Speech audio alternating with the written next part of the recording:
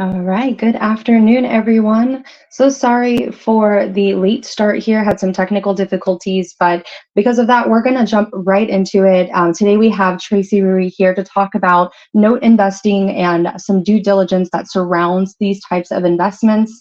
So we're going to hop right into the presentation. I see some people are talking about the sound, but it looks like we are good to go. So with that said, Tracy, if I will welcome you to the stage. And of course, thank you so much for being with us here this afternoon. Oh, thanks so much, Brianna. I appreciate it. Everybody loves putting notes in their self-directed retirement accounts, so it's great to be here and to talk about this.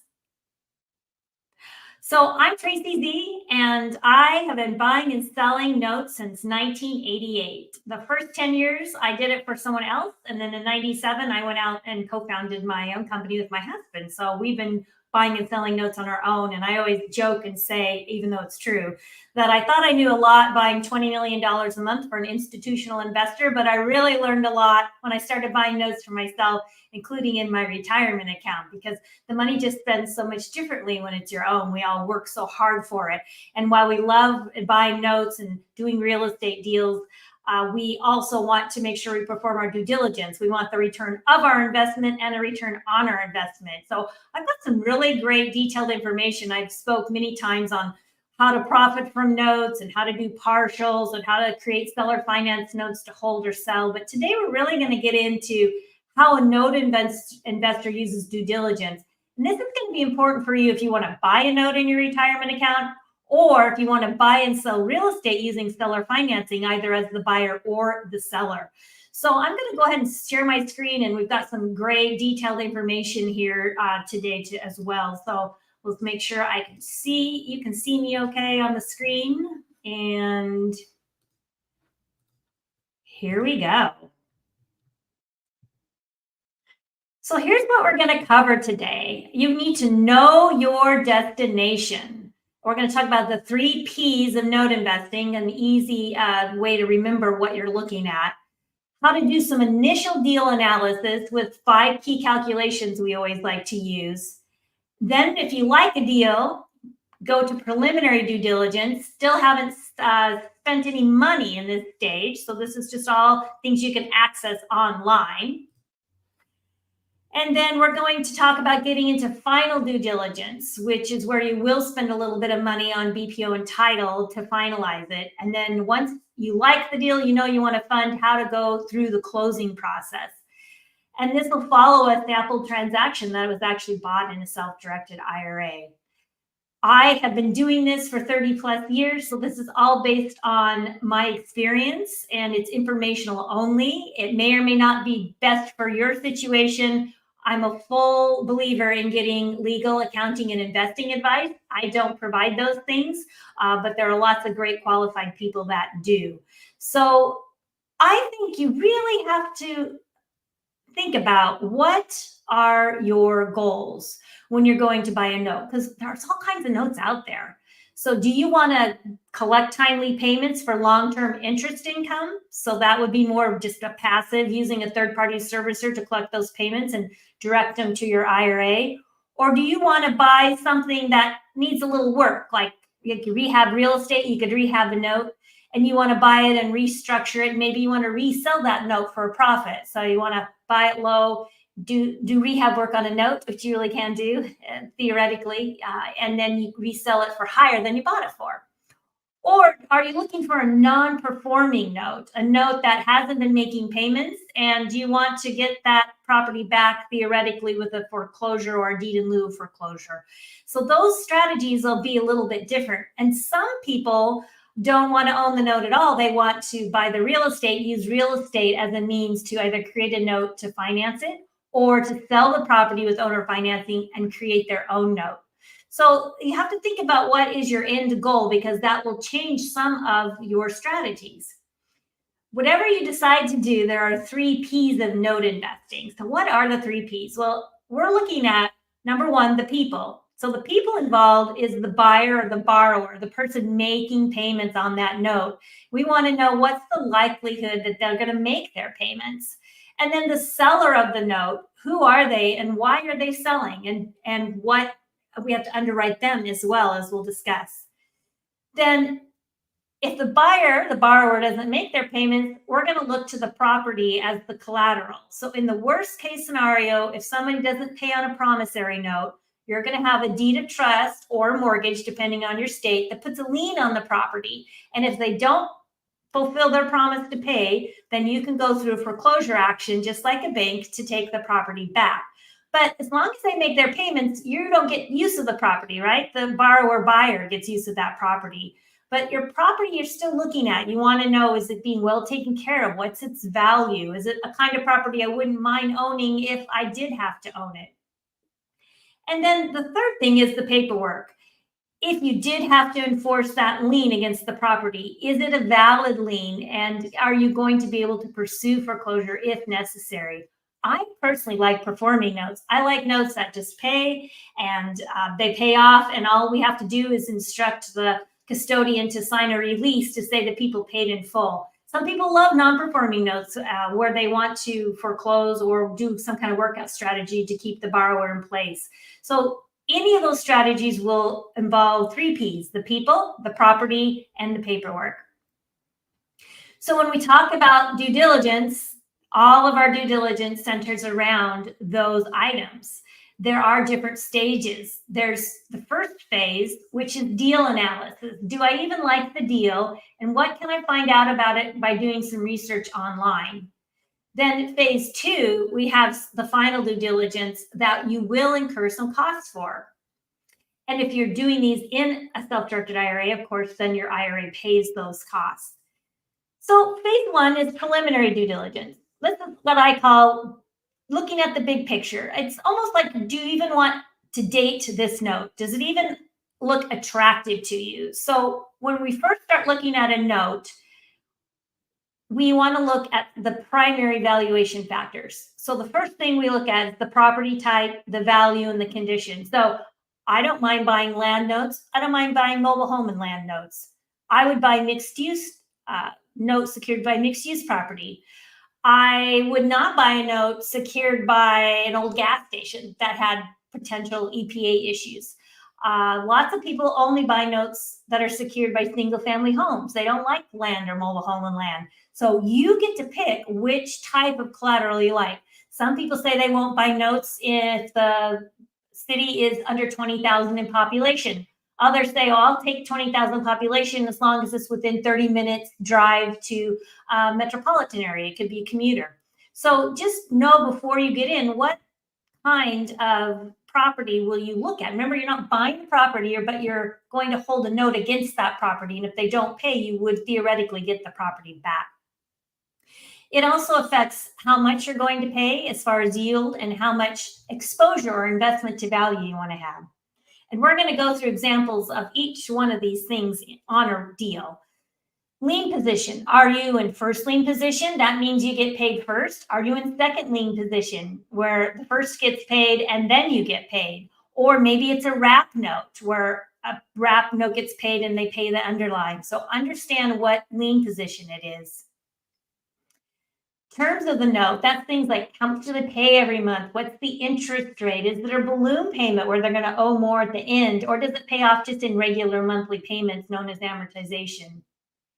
Is the note performing? That's just a fancy way of saying, are they making their payments on time? So I like performing notes, but sometimes you'll see a note where they got behind and they're called re-performing, or sometimes you'll see flat out non-performing. We like to look at how much equity that buyer borrower has. So what's the balance they owe against the property's value? Seasoning would be how long they've been making payments, not just if they make a payment every month, but how long. So somebody's made payments for a year is better than somebody's made one payment. Somebody's made payments for 5 years on time. That's a better track record than a 1 year. So you can see the difference in the seasoning. And then if we are able to, if it's part of the due diligence package, we like to know, does the borrower have a good credit history? Have they filed bankruptcy before? Sometimes people don't have any credit history, and I'd rather have no credit history than a bad credit history. So once a deal gets presented, we like to look at loan to value. That's how much the buyer borrower owes compared to the property value. The flip side of that is their equity. If somebody's owed $80,000 on a $100,000 property, they'd have an 80% loan to value and a 20% equity position. Obviously, the more equity, the more skin in the game, the more that buyer borrower has to protect, the less likely they are to default or get behind. So we call loan to value answers the question is, how likely is that buyer borrower to pay timely and not default? Investment to value says, how much am I investing compared to the property's value? So on that $100,000 example, if they owed $80,000 and I paid $70,000, invested $70,000 to buy that $80,000 balance, now I have a 70% investment to value. And while the borrower has an 80% loan to value. So ITV looks at what I've invested, because most of us note buyers, we buy notes at a discount. Now, if you're originating private lending to, say, an investor, then their loan to value is generally your investment to value. But if you're buying notes at a discount, there is an opportunity there to give yourself more cushion. So if loan to value is what's the likelihood the borrower will pay, investment to value is how well am I protected if they don't pay, right? We also look at yield or IRR. This is a return based on the time value of money. So if you're paying 100 cents on the dollar for a note with a 9% rate, your return is going to be 9%. But if I'm paying something less, then my return will be something more than 9, it could be 10 or 11, and we'll talk about how to calculate that. The discount is the difference between the balance owed by the borrower and how much I pay. So again, if I had that $80,000 note and I paid $70,000 for it, I have a $10,000 discount, right? We all like to get things on sale. If I paid $80,000 for the $80,000 note, I would have no discount. I'd be paying 100 cents on the dollar. And once you figure out what you're paying, then normally that's expressed as a percentage of unpaid balance. So whatever I paid compared to the balance, that's just like saying, oh, am I getting 10% off or 20% off? We can all relate to how you might calculate that if something was on sale while you were shopping. So once we see a transaction, we run those numbers. So let's look at a real life transaction that was put in my self-directed IRA. This was in Texas. It sold for $91,900, and the buyer put $5,000 down. And I say buyer, most of my deals are seller finance deals, so the buyer of the property is also the borrower. And they had made 6 years of payments, so nice amount of seasoning when we were approached to buy this note. So that balance had paid down to $75,834 at 9.5% at $829 a month. And there were 176 months left on that amortization. The property was valued at $110,000. Now it makes sense that the value of the property had gone up in 6 years, right? That's during a time of much appreciation. In fact, that's probably conservative. And this note was actually listed on one of the note listing sites, and it was offered for sale for $68,430. So you can see how these numbers are color coded. So you can see how we calculate each one of these numbers, these 5 calculations I mentioned in the last slide. So loan to value, we take the unpaid balance of $75,834. We divide it by the property's value of $110,000, and we see they have a 69% loan to value. That's pretty good. That's 31% equity. They've got something to protect.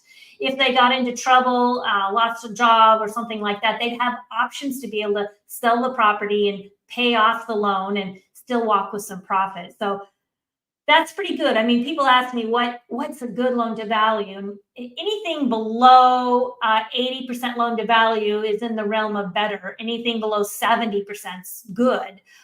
Remember that banks, when they make loans to people, if you have less than 20% down, they require you to get private mortgage insurance. So banks know that people who have less than 20% equity have a higher risk of defaulting. We don't have private mortgage insurance as private investors. So, one thing you might think of when I do my due diligence is, do I want to only look at deals where they have 20% or more equity and 80% or lower loan to value? Now we get to investment to value. We're paying $68,430. So we divide that by the property value of 110, and our investment to value is 62% ITV. And then if we take what we're paying, $68,430, and we divide it by the balance that we're buying, $75,834, we'll see we have a 90% of UPB as our purchase price. So that's about a 10% discount. And then if you talk about discount in dollars, if I am paying $68,430 for $75,834, is $7,404 in dollar discount. So that means if they came in and paid off tomorrow, right, I would get a really good bump to my yield because I would get my money back right away. But in this scenario, we're using a financial calculator. You can use a financial calculator, you can use a spreadsheet, you can use software like T-value software. Any of those things will calculate this cash flow that we have of $800.29 over 176 months. If I want to make 11.36% return, what would I need to pay? And your calculator will say $68,430. If I wanted a higher return, I'd have to pay less than $68,430. If I was okay with a lower return, I could pay more. If I just wanted to earn 9.5%, which is the interest rate on the note, I could pay exactly $75,834. The balance, just less my cost, right? You always got to calculate what your cost of acquisition is when you're looking at your true yield. This is a little different from what real estate investors do with cash on cash investment, because the reason we have to use time value of money when we're buying notes is most notes amortize down until they get to zero. And so we have to take into account the value of each one of those payments. Now, if it was an interest-only deal and you knew at the end they had a big balloon, that doesn't become as crucial using the time value of money. But it is important when you're buying these amortizing notes. And it's also important to get your cash reinvested as it comes in every month. So that deal, that was the preliminary analysis on that deal, and I liked it. So we're going to go to the next phase of phase one of due diligence. I'm going to go a little bit deeper. I'm going to start looking at things about the property. So what do I normally do when I see a deal? Well, I usually pull up Google Maps like the rest of us and just kind of see if there's a picture there. I know it might be older, but I can walk around the neighborhood and just kind of get a feel for it, because here I am, I'm sitting in Central Florida and I'm buying this note in Texas. I want to go see what the area looks like. I usually pull some comps. We all know Zillow, Realtor, Redfin. None of those are exact sciences, but you can get a good feel whether that value is going to be close. We'll substantiate that later, but it's a good way to start this initial due diligence. And I like to see what's in the neighborhood. I like to know crime and things like that. It used to be I got that from Trulia, but now we have to do some other types of research because they removed some of that information, but it's still out there on the internet. And then I like to know what the market rent is. Now, I'm not renting out the property. Remember, I'm holding a note. I'm like the bank. The bank doesn't get to rent the property out. The borrower does. But when I see rents in the area are equal to or more than my borrower's monthly payment, I know they can't rent for cheaper than they're owning, and most people would rather own than rent if their payments were similar or less. Maybe there's the BPO, which is a broker's price opinion in the file, maybe not. I will get one before I close, but if one's out there, I like to look at it. I always go to the tax appraiser, tax assessor's office for that county. Not all, but 95% of the deals I see, I am able to see what the tax appraiser says are there for improvements, what their assessed to value is, knowing it's usually lower than fair market value, and also whether their taxes are current. I can tell right away whether the tax status is current or behind. If it's behind, remember that real estate taxes take lien priority even over first deeds of trust or mortgages. So some counties can start foreclosure on those after 2 years. So it varies by state and county. But if they're over a year behind, then that's usually something I'm going to want to get paid from proceeds because I don't want those to be too far behind. If there's a homeowners association, I also want to see if those dues are current.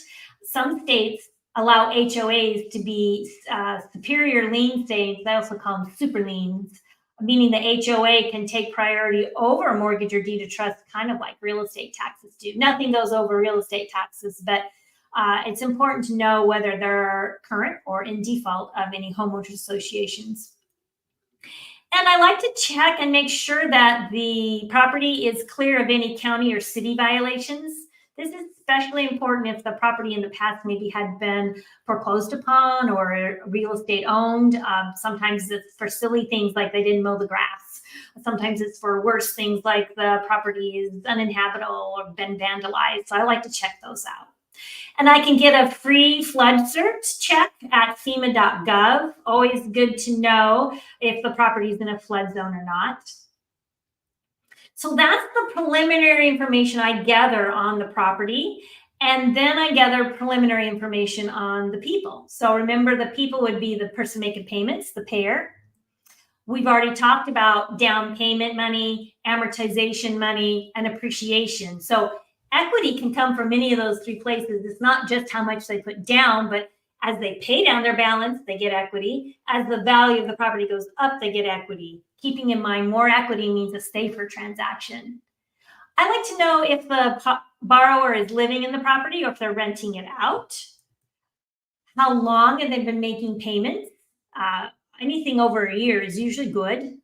I like to verify that payment history. So how do you do that? Well, hopefully the seller and the buyer serviced it through a third-party servicing company. That means that third party collects the payment from the buyer, applies it to principal and interest, sends the payment off to the seller. So that third party keeps a track record of the payments coming in. It's not just the seller telling me, oh yeah, they made their payment. I have some third party that's licensed and bonded saying that's true. They might also escrow for taxes and insurance. That would be a plus. Not all deals have that. If they did not use a third-party servicer and the buyer made payments directly to the seller, then I have to validate in other methods. And that's normally by getting copies of bank statements showing the deposits or canceled checks. If there is a third-party servicer, I want to get their servicing notes. So what are those? Those are if there have been any collection activity, that will be in those servicing notes. And I get an accounting if they are collecting for taxes and insurance. And the nice thing is that normally means taxes and insurance are current. And the servicing, if they are escrowed, would have evidence of the property being insured and the taxes being paid. Depending on what's in the file, I would like to see that the borrower has employment and their income is sufficient to cover the payment.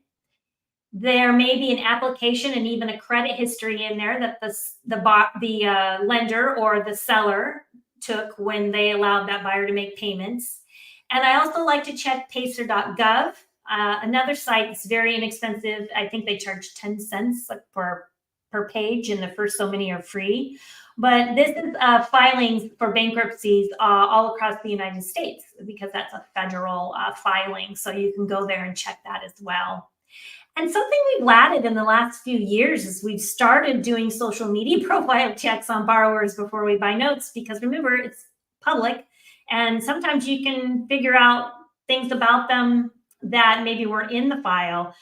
You can also see maybe where they work or what they're posting. And so that is a good way to see. I mean, you know, if they're lamenting that they just lost their job and they don't know what to do, that might not be a good sign, right? So or if they're showing that one, we weren't sure whether we wanted to buy, and when we looked at their social media profile, we saw them, they had a business and it was a landscaping business and they were hustling and on social media listing business and had good ratings on Google. So all those things made us feel better about that transaction. So it can work both ways as well. So once you've got a good feel about that person who's going to make payments to you, if you're buying this note from someone, you want to know something about them too. What's their motivation for selling the note? Are you dealing directly with them or through maybe a third-party broker? Is this a professional seller or a mom and pop seller? A mom and pop would be somebody who maybe just created one note. A professional would be somebody who's doing it frequently. Usually professional sellers use mortgage loan originators, even if they're doing some private lending or seller financing, to put together a nice due diligence package. So we'll talk about that a little more in the documentation part, but that's more going to be from a professional seller than mom and pop. I Google my sellers. This is really important, whether you're joint venturing or buying a note or using a syndication. Just Google whoever you're doing business with, and after their name, put lawsuit. And if nothing comes up, you feel a little bit better. If things come up, I would dig a little deeper. If you don't want to do that, you can go another layer deeper, and you could actually order a due diligence report on that seller, an actual background check. That would be, I mean, I'm mostly looking at the collateral, the borrower and the collateral. I just want to make sure the seller or the people I'm doing business with don't have any big red flags. If they're in a situation where they need to sell a note for financial reasons, that isn't a red flag to me, as long as there aren't any claims against that note. If I'm buying from an entity like an LLC or a trust or any of those things, I want to see the paperwork that says who can sign for that entity and to be sure that they're in good standing. If any of that is confusing to you, your title company can help you out. So once I've done that preliminary, now I'm going to the paperwork. So now I want to make sure the paperwork, I know I've got a good person I think is going to pay. I've got good property as collateral if they don't pay. Now I want to know, will my paperwork allow me to enforce my lien if they don't pay? So what kind of paperwork? Well, depending on your state, you'll either have a mortgage or a deed of trust. Those are preferred. Those are traditional liens paperwork that banks use. Some states, not Texas, but some states use a contract for deed or a land contract, and it's common in their state. But most states, if you're looking at what's most marketable, most people in the secondary market will buy a note mortgage or a note and deed of trust. Not everybody will buy contract for deeds because they have additional liabilities and obligations. I could do a whole webinar contract for deeds. So today we're mostly going to talk about notes and mortgages and notes and deeds of trust. So the promissory note is the promise to pay. It's the debt. And the mortgage or the deed of trust gives a lien to enforce if they don't pay. Sometimes there'll be a modification if they changed any terms of the note. The note usually tells you things like interest rate, payment amount, when it's all due. If they modified any of those terms, that's going to be in a modification.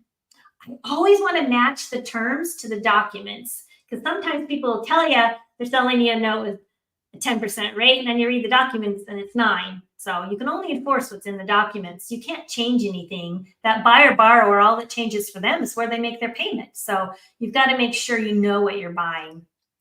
And if the original party on the mortgage or deed of trust is not the person selling it to you, then you want to make sure that they've had an assignment of the deed of trust or mortgage recorded, and you get an endorsement or a longe to that promissory note.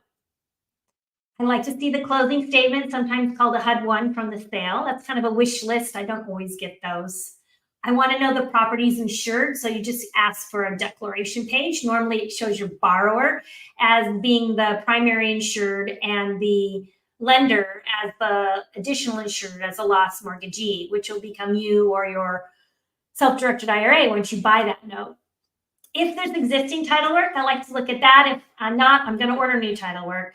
I like to know if it's in a judicial or non-judicial foreclosure state. That just tells you if it's going to take longer or shorter to foreclose. Fortunately, for all of you listening in Texas, you live in a non-judicial foreclosure state. Those take less time and less attorney's costs to foreclose than a judicial state. You can look up online which are which. Normally, good rule of thumb, deeds of trust are non-judicial, mortgages are judicial. And starting about 2014, if the property was sold to someone who's going to live in it, owner-occupant, it could be subject to Dodd-Frank and the CFPB. And they have rules that say, please be sure that this person has the ability to make that payment and repay. And they exempted some seller finance transactions, but not all seller finance transactions. So it's something you want to keep an eye on. In general, if you're working with investor to investor paper, Dodd-Frank doesn't apply. It's when somebody, the person that's making the payment, if they live in the property as well. And if that is the case, and somebody's doing multiple deals a year, that's where a lot of people use an MLO, a mortgage loan originator. You might also call them an RMLO, residential mortgage loan originator, because they can document that paperwork as well. And if you're buying a non-performing note, do not forget to check out, when did they make their last payment? Are they just a few months behind or years behind? What's the maturity date of the note, the all due and payable? Because all states have some sort of statute of limitations, which is how long you can continue to enforce the note after they've stopped paying or after the maturity date. Again, if it's a current note and they're on track, it's not going to apply, but it's definitely going to apply on potentially on non-performing notes. So all important things to check out with your paperwork. So wow, we did a lot already. I am going to take questions at the end, but just take a breath there, because it's like, okay, we did all those things without having to spend any money yet. That's kind of nice, right? So now I like that deal, and I'm going to move to final due diligence. And final due diligence, in my mind, means I've made an offer, I've initially accepted, I did my preliminary due diligence, I still like the deal, now I'm ready to purchase, subject to title. I want to get an updated title report with an existing lender's policy, or if there's no existing lender's policy, I am going to get a commitment for title insurance. So that means that I can get a commitment, and then when I take assignment and pay that premium, the title company will insure my lender's position in first lien. Then I'll also get a property valuation. You can decide which order you do depending on the deal. If there's existing title, of course, I'm going to look at it, and then order my BPO. If there's not existing title, I'll usually order my BPO and then order my title commitment. It just sort of depends on the situation, how costly any of these items are. But the property valuation is either a new BPO, or depending on the level of investment, you might actually get a drive-by appraisal. Some people like to do a property inspection over a BPO and run their own comps, but you're really trying to be sure, beyond just the comps you pulled up front, that a third party is validating that value. And if necessary, you can rerun your ratios. We've had deals where values came in low, or we've had deals where values came in higher. So once those two items come in, then I'm ready to close. So the closing process, if you're buying an existing note, is I have a purchase and sale agreement, and that's going to say how much I'm paying for the note and what the seller is saying about the note. Then I'm going to have transfer documents. If it's a deed of trust, I'm going to record the assignment of deed of trust. If there's a promissory note, I'm going to get the original note, and I'm going to get an endorsement, also called an allonge. And that's separate from the assignment. Usually the allonges and the endorsements don't get recorded like the assignments, because the promissory note's not recorded. Then I'm going to get delivery of the collateral file. That's just the file with all the documents in it we talked about. And I want the original, especially the original note and the original allonges. If the deed of trust is recorded and all the assignments are recorded, you can get certified copies of those. But if you learn nothing else from this, get the original promissory note and get the original allonges. Sometimes they get lost. Sometimes people want to sign a lost note affidavit, and that will depend on your state whether that is sufficient to enforce the lien if they stop paying. Because some borrowers, when they stop paying, they use a defense to stop the foreclosure. They do lots of tricky things, but one of them is to say, we'll present the original note. And then if you don't have it and it's a state that requires it, it can be problematic. So just understand it's important to get that note, or if you use lost note affidavits, that's acceptable in your state. And then normally closings happen through a third party, like an attorney or a title company, because the seller's like, I'm not giving you my original documents until I have my money. And I'm like, I'm not giving you my money until I have the original documents. That's fair on both sides. So use a third party, just like you do on real estate transactions, to take care of all that. And then if there is a third-party servicer, we go through servicing transfer. If you're buying it from someone who doesn't have servicing, I highly suggest you go ahead and set it up with a third-party servicer. Make sure you're hands off. You can use your time and energies to go do other things. And I just think it's well worth the money. You think of property managers having property managers, so you don't have to collect the rents from tenants. Well, notes have servicing companies, so you don't have to collect payments from borrowers. And fortunately, they charge a lot less than a property manager, normally about $25 a month. And then you record your assignment, the one going to you, and you make sure all your documents are in safekeeping, either with a third-party custodian like your servicer or your IRA custodian, or in a safe deposit box. But just make sure that original note, you don't lose it and all its allonges. So that was a lot of information, but that's basically how it happens. And I kind of like to just do one more thing when I provide this due diligence presentation. I like to kind of summarize it with 13 questions, the baker's dozen, to answer when you're getting ready to do a note deal. So just these are just like common sense questions that, like, I showed you all the way to do the calculations, but just common sense questions. So how long has that buyer or borrower been making payments? Are they current? What's the current value, condition, and occupancy of the property? You'd be surprised how many deals that I've seen where property is vacant and nobody mentioned that up front. How much equity is there? Remember, loan to value is how much equity your borrower has. Investment to value is how much equity you have as the investor. Low or better.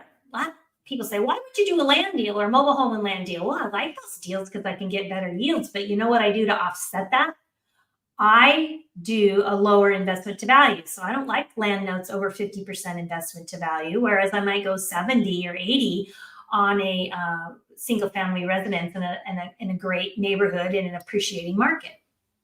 So if I need to lower my investment substantially, sometimes I can just agree to buy the next 5 years of payments, and that we call that a partial purchase. And once I get my 5 years of payments, I assign it back to that seller, or I'll buy some more payments. What's the credit worthiness of the buyer? Are there any bankruptcy filings? Remember, that was what we looked at on the bankruptcy side through pacer.gov. Is there a servicer collecting and validating the payments? If not, how am I going to make sure that it really is a performing note?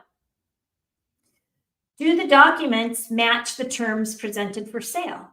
And when am I going to ask for copies of those documents? I've worked with people who spent money on their due diligence before they even got copies of the documents. If the seller's not motivated enough to give you copies, why would you want to be motivated enough to spend your hard-earned dollars or your retirement account's hard-earned dollars? So I'll quote a deal without seeing the documents, but I will not spend money on my final due diligence until I've seen the documents and validated them against the quote I made. Are the real estate taxes paid current? If not, how much are they, and when can that county start foreclosure for a tax deed? Is the property insured for fire and other hazards? Because trust me, borrowers aren't going to be motivated to pay if the property burns down and they don't have any insurance. So you want to be sure that as a lender, you're insured. Is there a title policy or an updated title report that you can work from? That'll save you quite a bit of money than having to purchase a new one. Are you comfortable using a title report versus title insurance? I personally like to be sure to get title insurance because then the title company or title data bank that's giving me the information has to ensure it's accurate. What's the lien position? What else is owed on the property? A lot of sellers I buy notes from still owe money to a bank from when they bought the property. They might have bought it subject to, or they might have bought it on a wrap.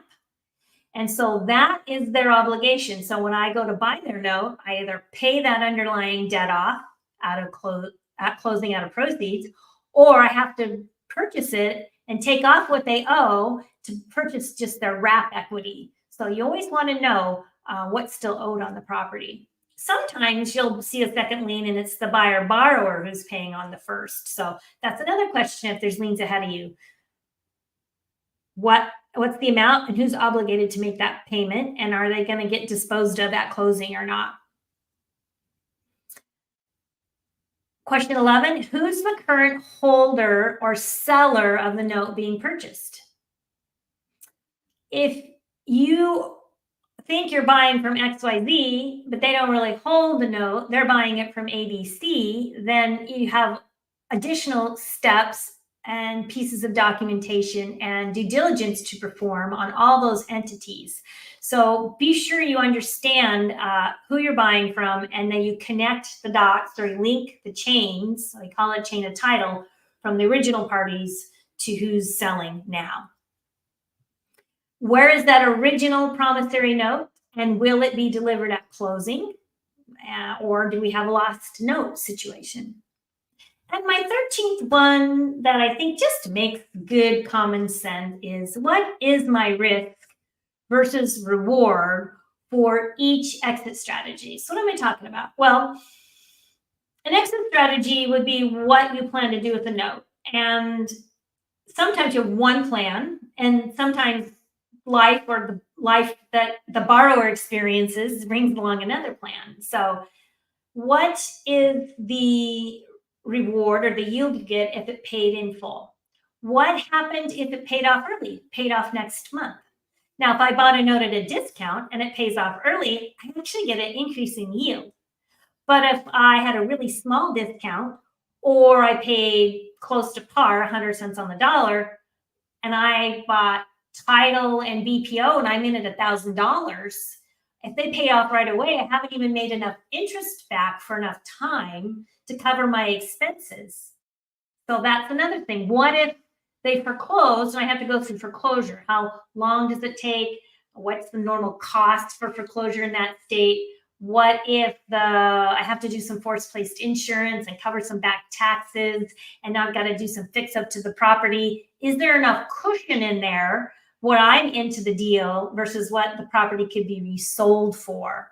So you work through all these different exit strategies to make sure that the deal works, and also that you're getting compensated for it. Because if you can go put your money at 4 or 5% right now in a CD or a money market, it makes sense that if you're buying a note, you wouldn't want to make 4 or 5%, right? You'd want to make 6, 7, 8, 9. Any investor can set their amount. Just make sure that's commensurate with the risk. You know, you want a risk and reward on that situation.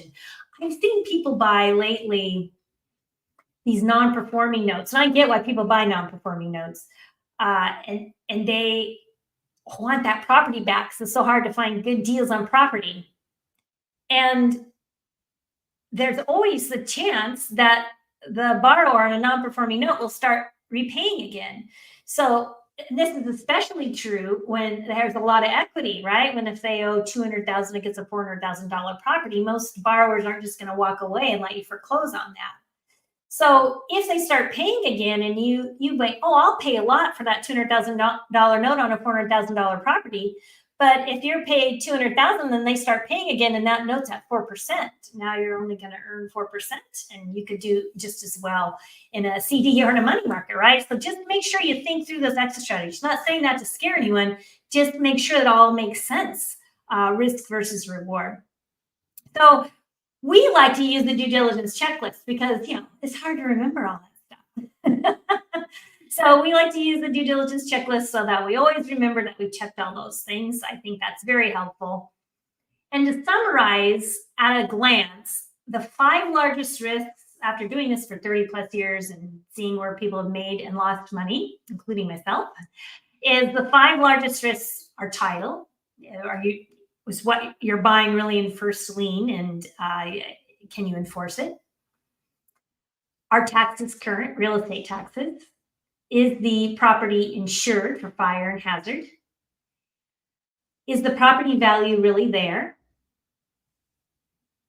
And what is the quality of your payer? So these are the top 5 things that really play into whether a note's going to pay or there's a risk of slow or non-payment. So every year, my husband and I put together a Cash Flow Expo, and Quest is always a sponsor there as well. And Quest always has somebody representing to speak. And this year it's Anne Marie Rogers Anne Marie Holland. I'm sorry. And I would like to personally invite you to the 6th annual Cash Flow Expo online event. And the really cool thing about this, it's a 4-day event where speakers go in depth about information. And most of them use their self-directed IRA accounts and really show you how they're making money on specific deals. And not only is it 4 days with over 30 speakers, you can actually attend and watch the sessions live for free. So that's pretty cool. Leave them up there for 48 hours. And if you miss those live sessions during that 48-hour window, then we do offer very affordable VIP recording. So all you have to do if you're interested is go to cashflowexpo.com and sign up, and you'll get an email when that starts, which is on Thursday. So it's the 8th through 11th of February this year. And you'll get an email where to go to watch those live day sessions for free. So it's pretty cool. It's a labor of love, and we are really honored with the quality of speakers that we get there every year. They're instructed to only provide information and not to sell. That is what makes us unique, I think. If you liked any of this or you have additional questions, you can always email me, Tracy, T-R-A-C-Y, at noteinvestor.com. That is also our website. We give some free resources at noteinvestor.com/101. And I already mentioned that Cash Flow Expo is where we've got our online event coming on. So we're so excited for that. So I'm going to stop my screen share and come on over and see if you guys have any questions.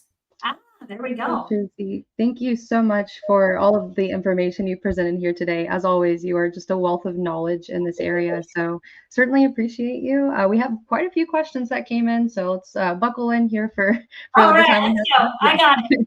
Let's do it. So the first one comes from SM. I'll also pop them up on the screen here for you, but they ask if you'll be letting us know where the list of notes for sale may be or where they could locate them. Yeah, so that changes. I don't personally have a note listing site. That's kind of a cool thing that's happened in the last 4 or 5 years. There's now websites that offer notes for sale, like the MLS has for real estate. There's sites for notes. Some of them are people who are selling their notes, but the most common one that's kind of a third party is called PaperStack, and no affiliation. They'll be speaking at our event as well. And then I think that it's free to look at notes, but if you buy one, they charge a small transaction fee at closing.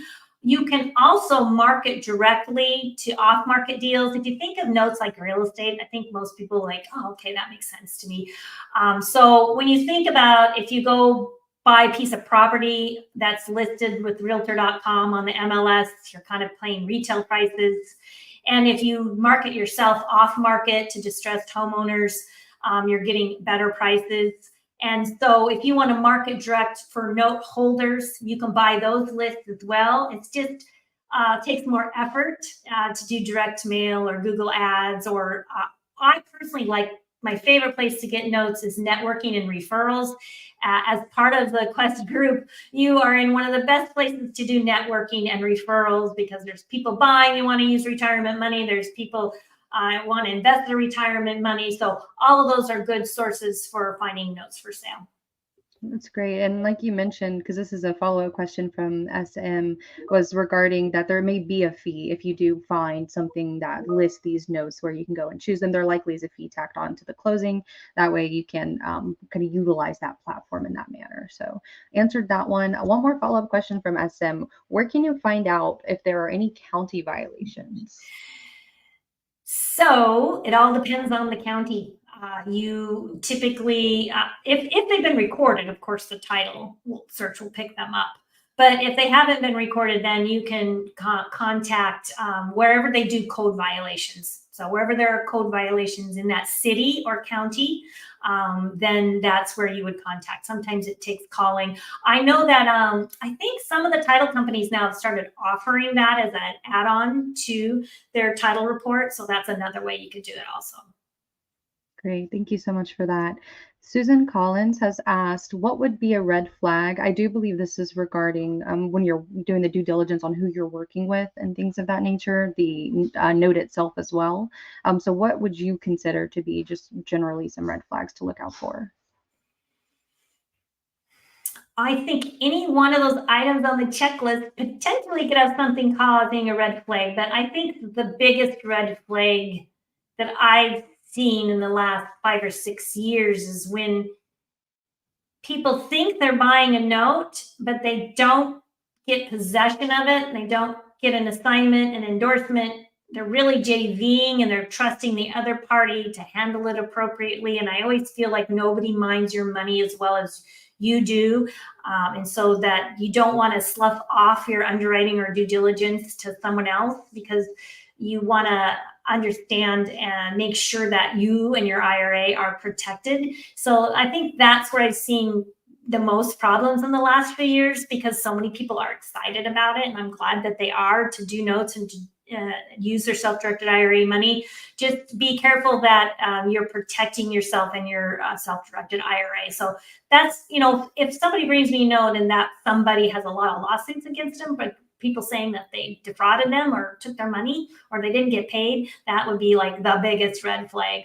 The rest of the red flags, they're just like people not making payments, or the property isn't insured, or the value doesn't come in. And that's not always somebody trying to defraud someone. It's just somebody maybe didn't do as good a deal or perform as great a due diligence as you're going to do. So most deals, if something comes in I didn't expect, I can find a way maybe to lower my investment and do a partial or something like that. So a lot of deals have workarounds, but obviously if title is not enforceable, I don't do the deal.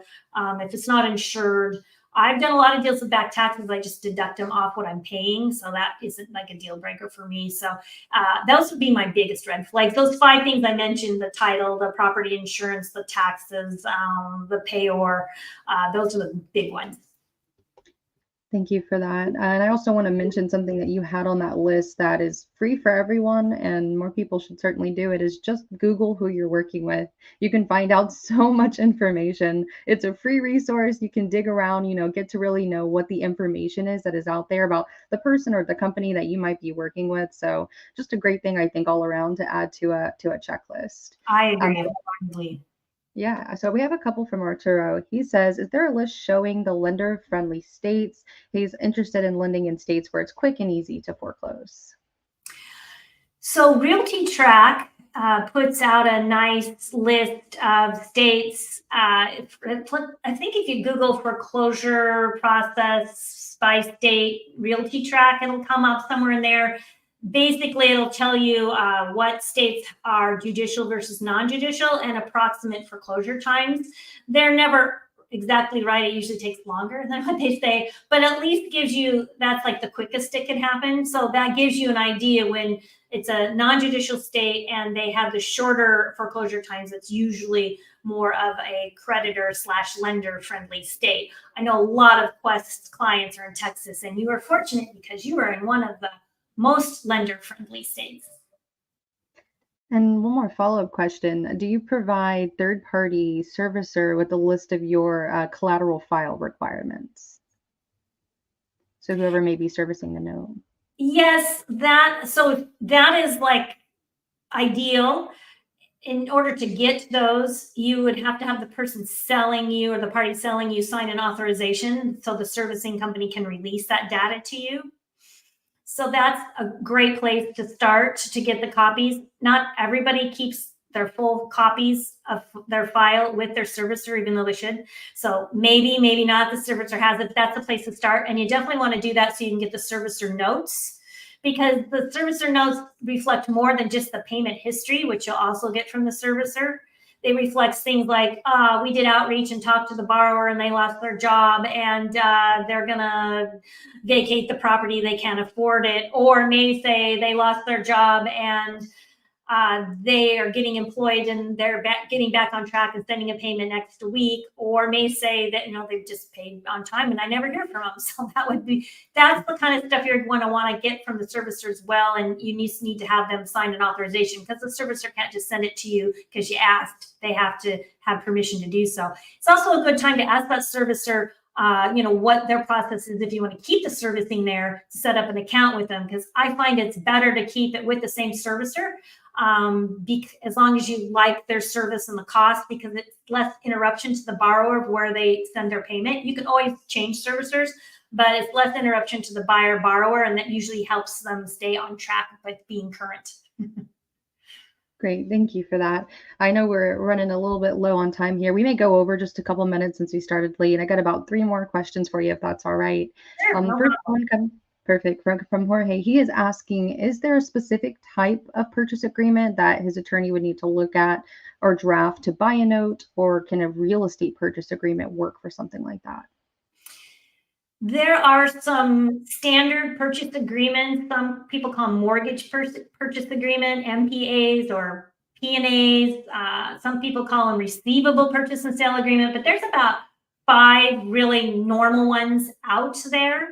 And I fashion mine off of, there's several banks that buy these types of notes. So I fashion mine off theirs, and also the one that the institution that I worked for the 10 years, we fashioned it after that. It's very similar to a real estate purchase agreement, except you're not buying the real estate. So it all talks about the note and the deed of trust, or the note and the mortgage. So it is a little bit different, but similar concept for sure. So I wouldn't go to an attorney that's never done a note deal. I'd ask around other note investors, and there's some standard documents out there that most of us will share. And then you would take them to your attorney to make sure that, they fit for your circumstances. Yeah, absolutely makes sense.